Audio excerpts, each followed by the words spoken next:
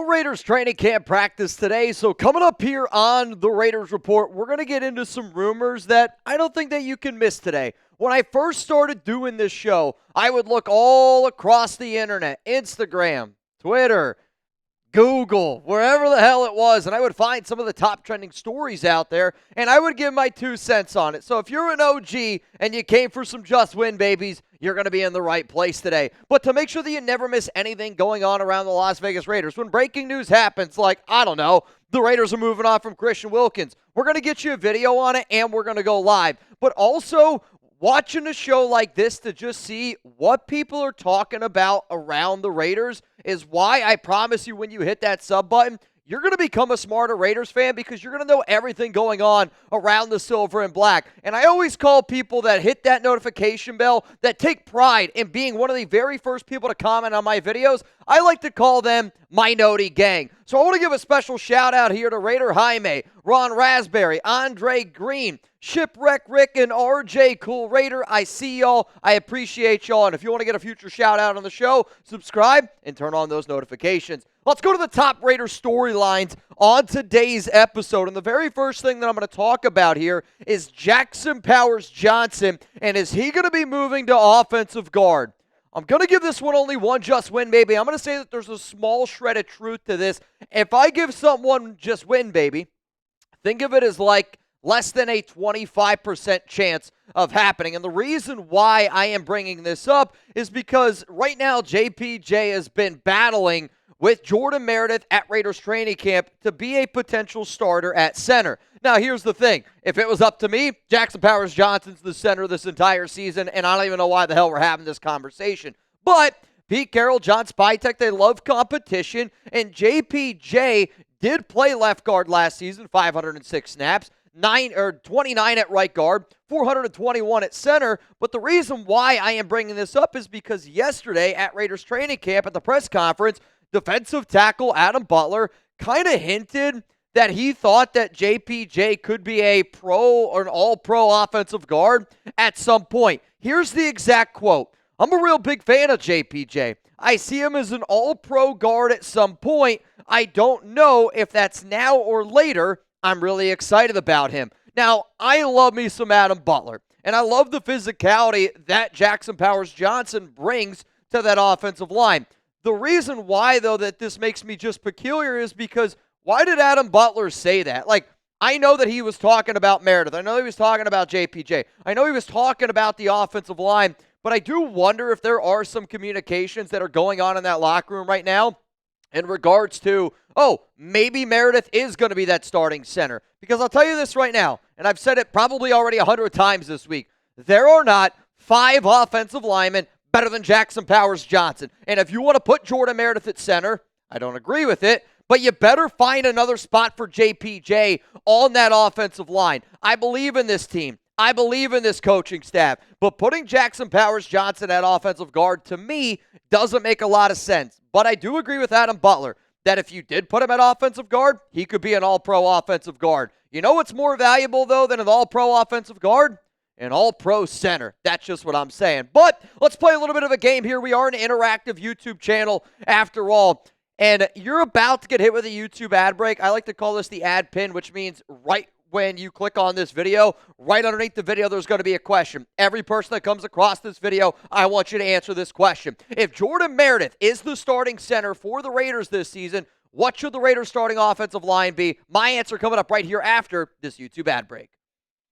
If it was up to me, this would be the offensive line that I would go with if Meredith is going to be your starter at center. I'm going to keep Colt Miller at left tackle. I'm going to put JPJ at left guard because that tells me when I have 4th and 1, when I got 3rd and 1, guess where I'm running? Behind Colt Miller and Jackson Powers-Johnson. I'm going to then put Dylan Parham at right guard where he played last season, and obviously I'm going to keep DJ Glaze at right tackle. Here's the thing, though. I am not Brennan Carroll, and I'm not the one calling the shots, and personally, I think if they put Meredith at center, the person that they're going to end up putting at right guard is Alex Kappa, who they ended up signing this offseason to a 2-year, $10 million deal. But when you actually look at the numbers behind it, it's more of a 1-year prove-it deal for about $5 million.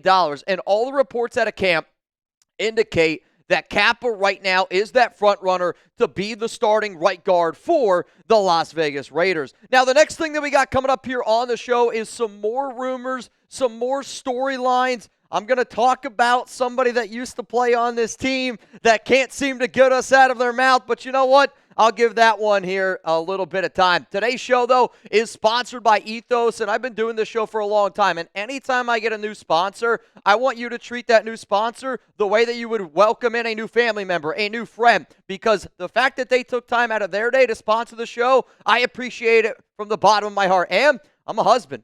I'm a dog dad, and I think that getting life insurance is very important, so I need y'all to listen up right now. As a husband and as that proud dog dad, trust me when I say life insurance matters. It's not fun to think about what would happen if something happened to you, but you need to be prepared. Protect your family with life insurance from Ethos. Get your free quote at ethos.com/NFL Daily. That's ethos.com/NFL Daily. Ethos is a trustworthy company that disrupts the traditional life insurance industry, and it's more affordable than you might think. Ethos is an online platform that makes getting life insurance fast and easy to protect your family's future in minutes, not months. There is no complicated process, and it's 100% online. No medical exam is required. You just answer a few health questions and get a quote in as little as 10 minutes. 3 million families have completed their applications and trusted Ethos to help find the right coverage. So protect your family with life insurance from Ethos. Get your free quote at ethos.com/NFL Daily. That's ethos.com/NFL Daily. That link is going to be in the comments section. It's going to be in the description of today's show. Protect your family with Ethos, and shout out to them for sponsoring today's episode. Let's go to the next storyline here on the Raiders Report, sponsored by Ethos. Are the Las Vegas Raiders going to be trading for cornerback Greg Newsome of the Cleveland Browns? This story comes from ESPN, and I'm going to give this one 0 just win, babies. I'm going to say tuck rule, tuck that, because I like Greg Newsome. And some of the OGs that are probably watching this show are like, well, wait a minute, Mitch. I've seen a video on this YouTube channel, you talking about going out and trading for Greg Newsome. I'm not going to disagree with that. But all I'm going to do right now is I'm going to sit up here and say, at this current moment, they're not going to trade for a Greg Newsome, because I'm somebody that believes that this organization is a lot more confident in that cornerback room. Now, I'm going to tell you why ESPN thinks that Newsome is going to get this deal done, and I'll kind of go into more lengths of why, again, I just don't think that it's going to happen. Here's what ESPN had to say. Newsome is due a fully guaranteed $13.4 million in 2025 on his fifth-year option. I'll tell you this right now, that's reason number one why they're not going to do it. And I'd argue it's open to question whether that makes sense in a positive or negative asset. Hence, the near zero compensation listed here. I'll show you guys the trade in just a little bit. For the Browns, the most important part of this deal would be shedding Newsome's salary. In other words, they need the savings. Considering the team is a non-contender in 2025 and Newsome has just one fully guaranteed year left on his contract, it makes sense for Cleveland to want to move on. The defense has potential with a stout defensive line, but cornerback is the biggest team weakness. Las Vegas, with over $90 million in 2026 cap space, second most of any team, can afford to bet on Newsome. If Carroll can get the most out of the 25-year-old cornerback, he'll elevate the Raiders' 2025 outlook and could stick around for the future seasons. So this is what ESPN thought the deal was going to end up being. Greg Newsome, who was a former first-round pick, I want to say it was 26 overall out of Northwestern a few years ago. The Raiders also get a 7th-round pick in 2027. The Cleveland Browns get Trey Tucker and then a 2026 7th-round pick. I'm going to tell you all this right now. When I first looked at the trade, I actually don't remember seeing Trey Tucker in the deal, so I'm going to have to ask Chugs about it here real quick.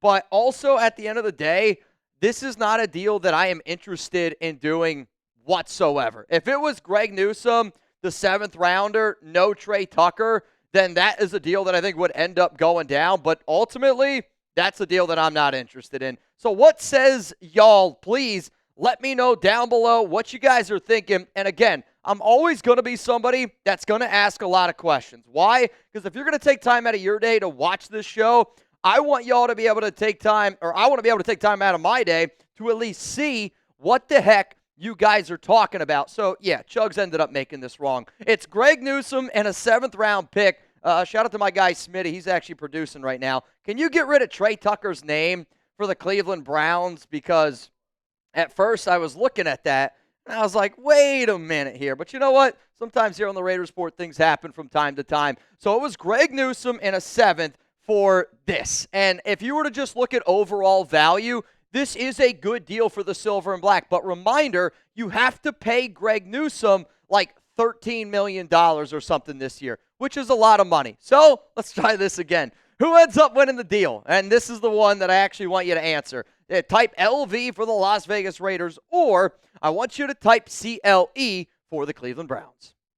If we were looking at that trade and just that trade in a vacuum, I actually do think that it's a really good deal for the Las Vegas Raiders because Newsome is also a nickel corner. And y'all know that we've been looking for a nickel corner for a long time this offseason. But the biggest reasons why the Raiders aren't going to do it, there's 2 big reasons right now. The first reason is this organization is a lot more confident than what people realize in this cornerback room. Right now as it stands, Eric Stokes is that cornerback 1. Darian Porter has looked really good, the rookie. DeCamerion Richardson has looked really solid. Jacorian Bennett actually looks like right now the guy that might be on the outside looking in. But the other reason why I don't see the Raiders doing a deal like this is because if you're going to be willing to pay a player like Greg Newsome $13.4 million, I'd rather you just invest that $13.4 million in going out and extending a Colton Miller, going out and extending the Jacoby Myers. Reward players that want to be here and prove to you every single day that they want to be here, unlike a guy like Christian Wilkins. And honestly, that's another reason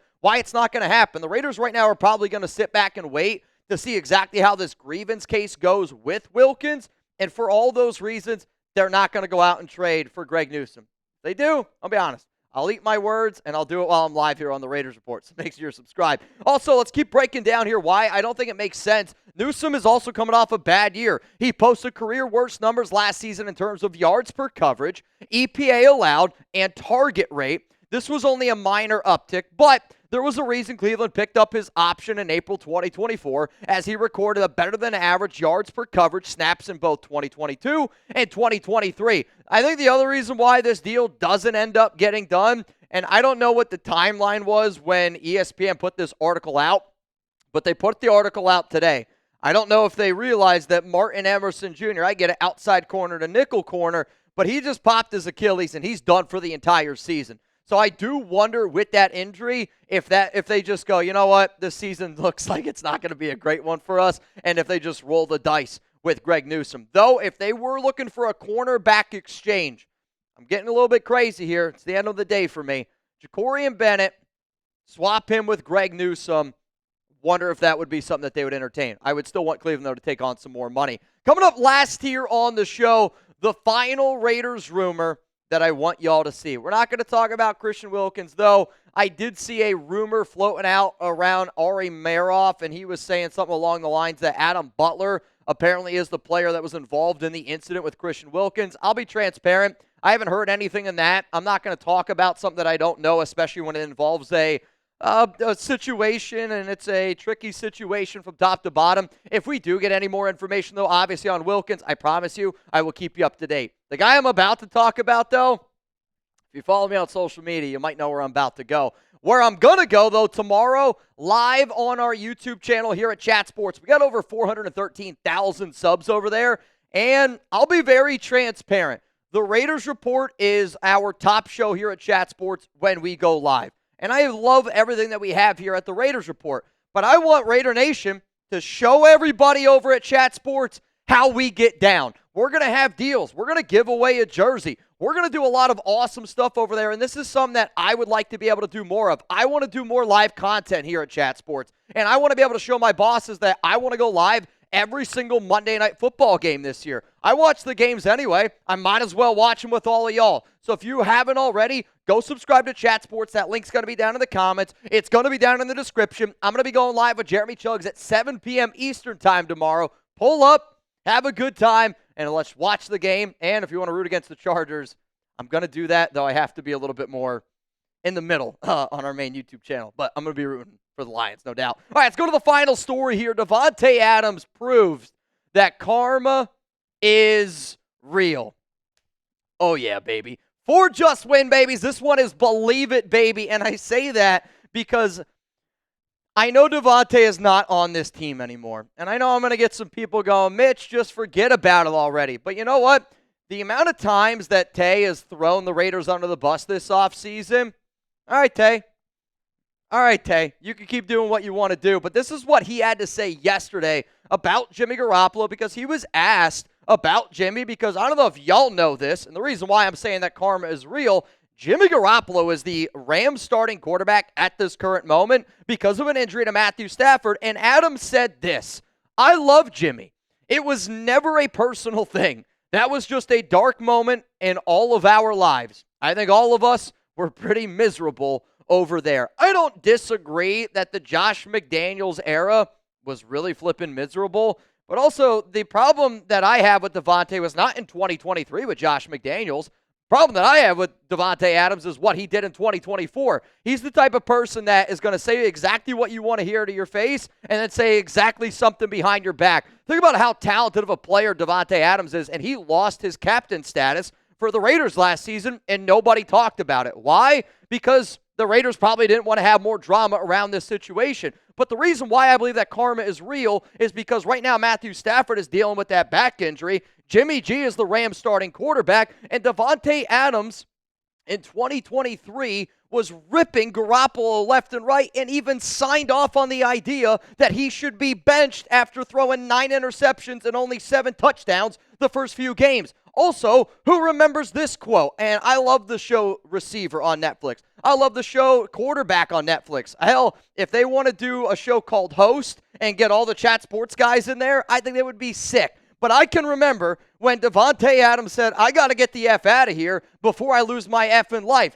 Davante Adams was sick of Jimmy Garoppolo hospital balls. He was sick of him then, and you know what? He's just saying what you want to hear now. I'm not afraid to say it with my chest. I would say it if Davante was standing right in front of me, and hell, maybe he would push me like the way he pushed the Chiefs guy. But you know what? I think that this guy's a snake, and I'm just going to say it like this. If you agree that Davante Adams is a snake and you made it this far in the video, that proves to me that you're a real one, and that proves to me that you made it this far in the show. So go down, drop that like button, because I'm going to call it how I see it. Davante Adams is a snake. You can hear him slithering right now.